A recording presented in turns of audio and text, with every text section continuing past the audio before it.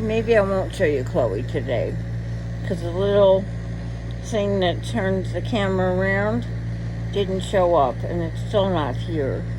So maybe next time I make a video, I'll start out with her when the light's good and you can see her better, because she's my baby girl. She's 17. She's a poodle, and because we have two younger dogs who keep her inner puppy alive, she has, I think I have already said this, more pep in her step than I do now, for sure, and maybe than I ever did. She's awesome, my Chloe. And I don't know if I ever talked to you about how I miss her. I wanted to rescue. I wanted to go to a shelter. I didn't want to buy anybody. And so I went online to a shelter in Florida and looked up smaller dogs because I didn't want a big dog. And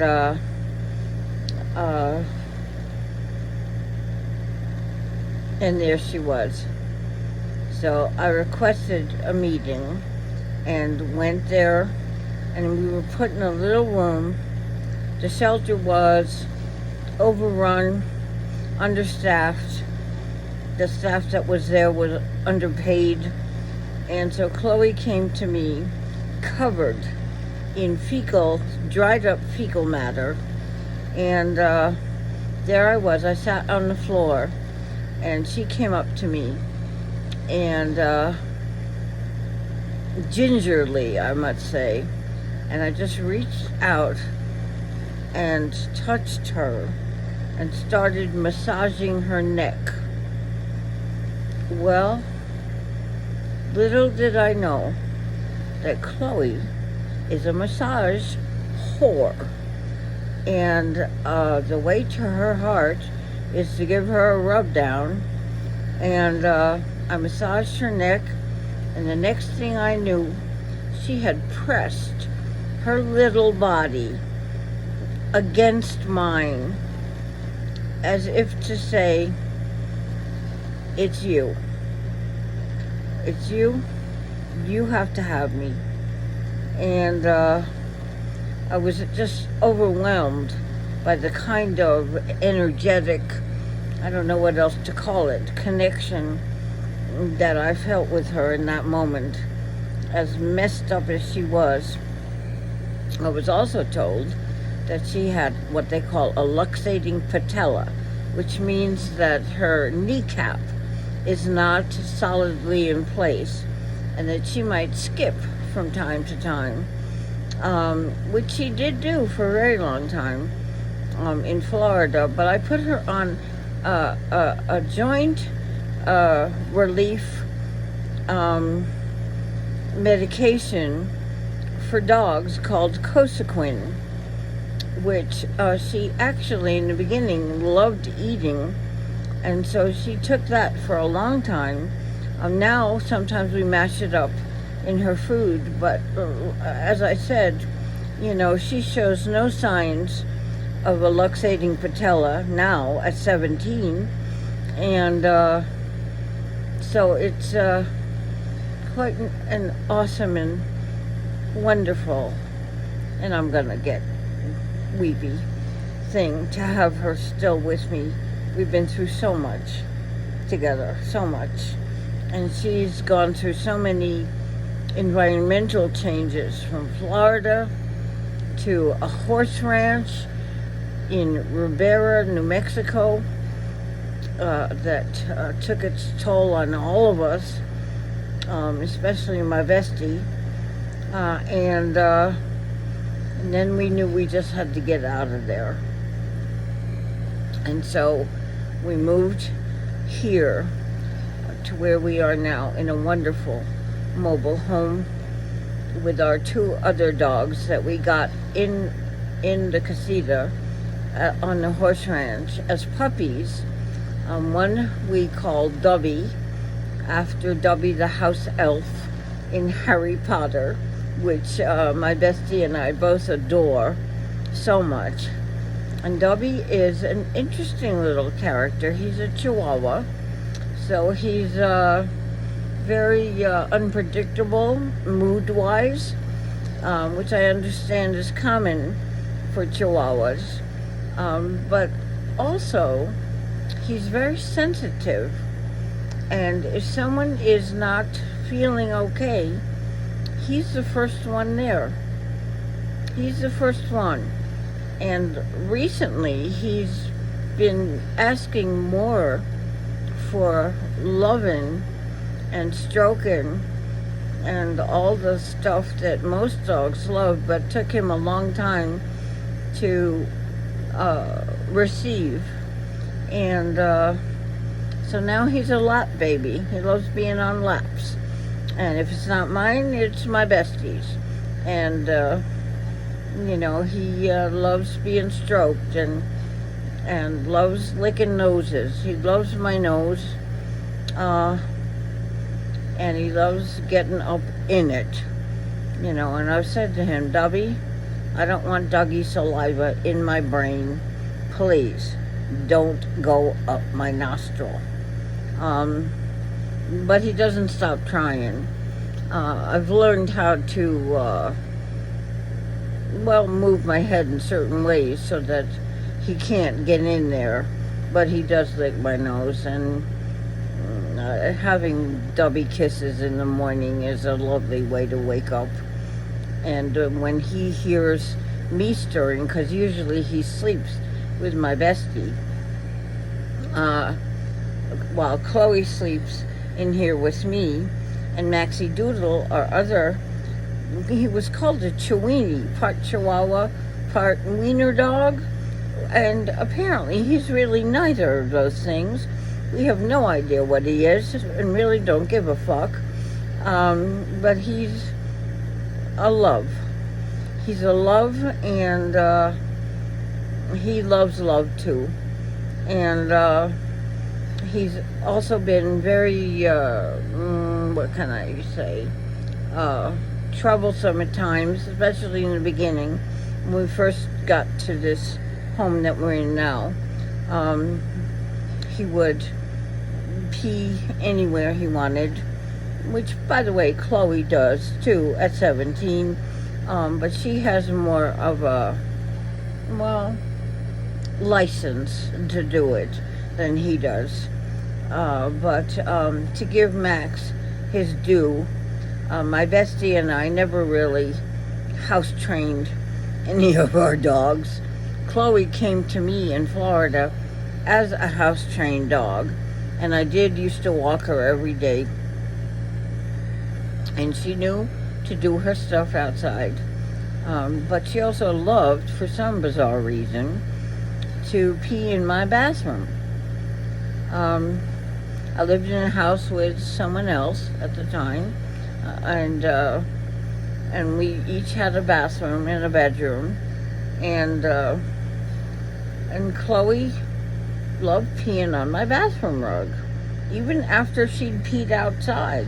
It was very weird. I don't know. Maybe all about scents and leaving your mark somewhere, or I don't know, marking your territory, or her saying, this is my person, or, I don't know. I don't speak dog, and I know a little bit about body language and behavioral things in animals, but not enough to tell you what made her decide my bathroom was a good place to go.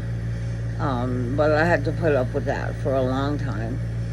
Now, she's so elderly, and so we make sure to put her out just before I decide to come into my bedroom and get in bed and bring her, so that she pees outside. And because she has been known to pee in the bed, on everything, the comforter, the sheets, everything. And it's always meant I've had to strip the bed, get a blanket, put everything in the wash the next day, make the bed, which is not an easy thing to do because I'm in a small room with a big futon bed and a big bed frame that's hard to get around. So making the bed is my workout for the day on that day. And yeah, so, but she is here now asleep and having peed, and so she's pretty safe to have on the bed until I get up in the morning, which is usually around 6, and let everybody out. Trying not to wake my bestie, but inevitably she hears us because I also give them treats after they go out and all that. So there's a bit of not noise so much, and there's no barking, but there's a bit of activity, and my bestie will wake up at sounds. So it's hard to keep everybody really quiet. I do the best I can, but it's not always good enough.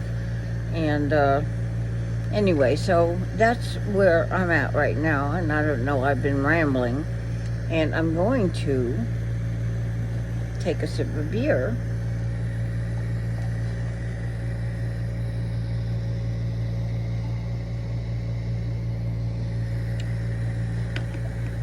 Because hops, of all things, I have discovered, relaxes me.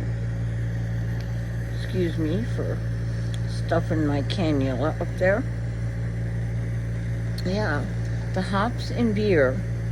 It's not the alcohol, actually. It's the hops that calms me down if I'm not calm.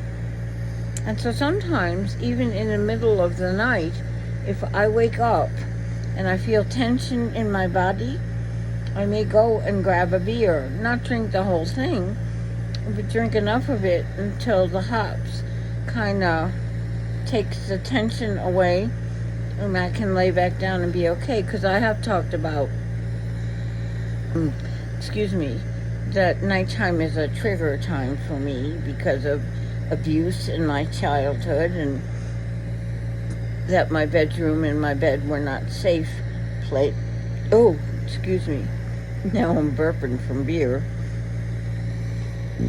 Oh, wow. If that's not sharing, I don't know what the fuck is. Yeah, so my bed was not a safe place, and I have had to learn how to transform that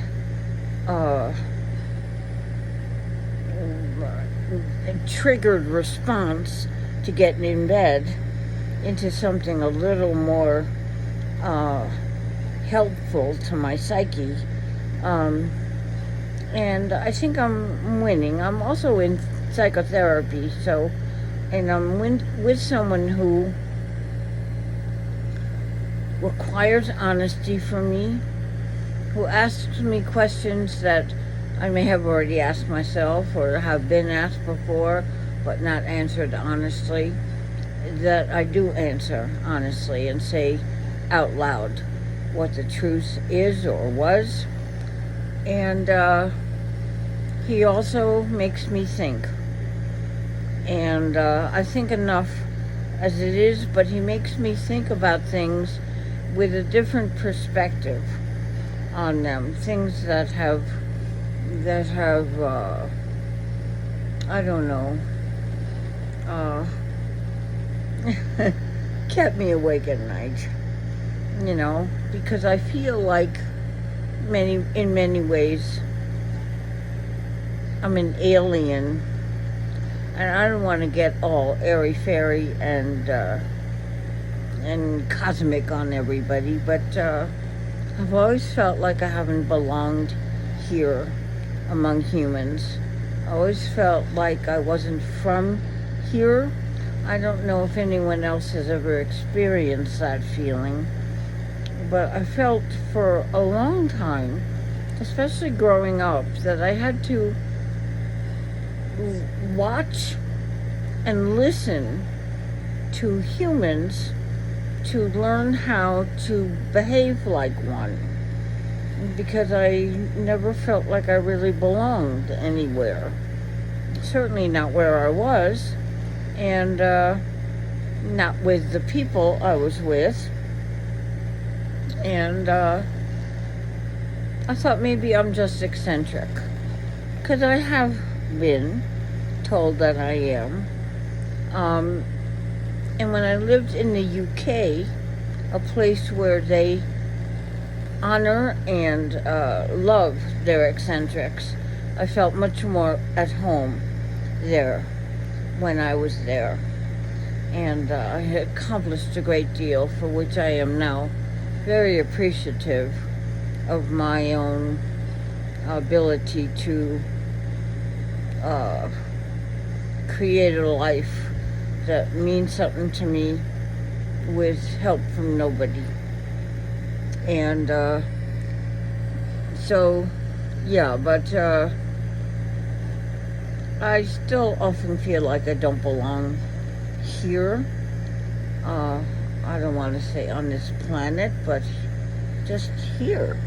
And I may never know while I'm living what that all means. I don't know. I mean, I write a lot, and so I write some of it out, but it's mostly the way I feel that I write about, and not what I actually know, which is really very little. I feel there's a truth inside me that I'm not yet, even now, at my age and my willingness to go within and ask questions, that I'm not aware of or connected to. I don't really know what the right words are to describe it, and I don't want to use psychological terminology, because I don't think it's necessarily something that's going on in my head. It's something that's in my mind for sure, but also my body and my spirit. And I feel that very deeply. I have talked about it with my bestie, and I think sometimes she feels that way too, as different as we are, and all, but anyway, I want to say that I still am an aging hippie. As far as I know, I grew up in the 60s and did all the things 60s kids did, except psychedelics, because I knew I wasn't quite right in the head, and I was scared to make myself a little nuttier than I knew I already was. So I didn't do that, but I did all the protesting and marching and feeling about the world as it was to us then, and in many ways remains now. Very fucked up, very unaware of what it should be, could be, and needed to be for too many people who were not,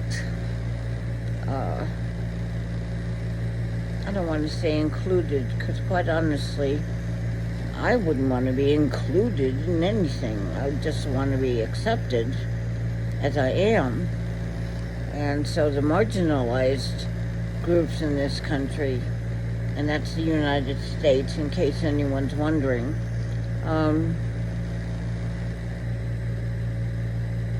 still struggle for acceptance and not inclusion.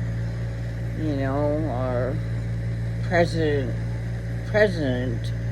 our current president, I should say, talks about diversity, But diversity means nothing if people aren't allowed, permitted to be exactly who they are.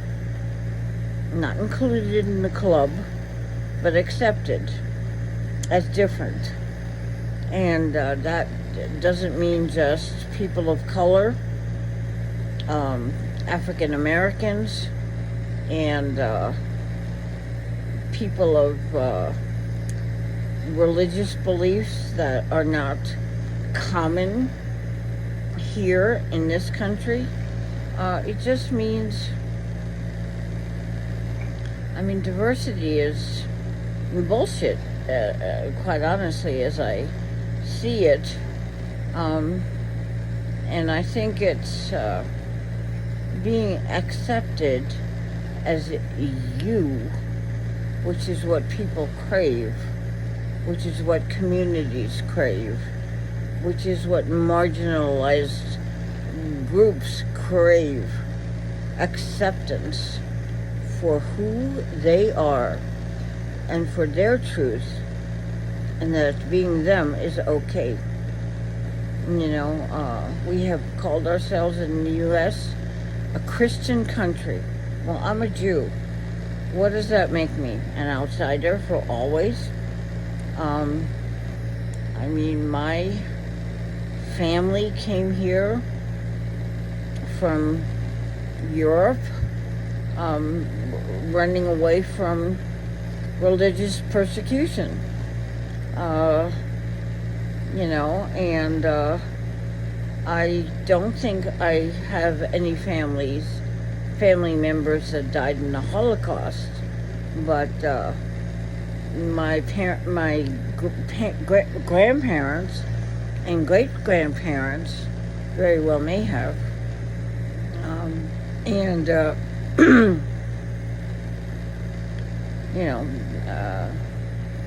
Anyway, that's totally off.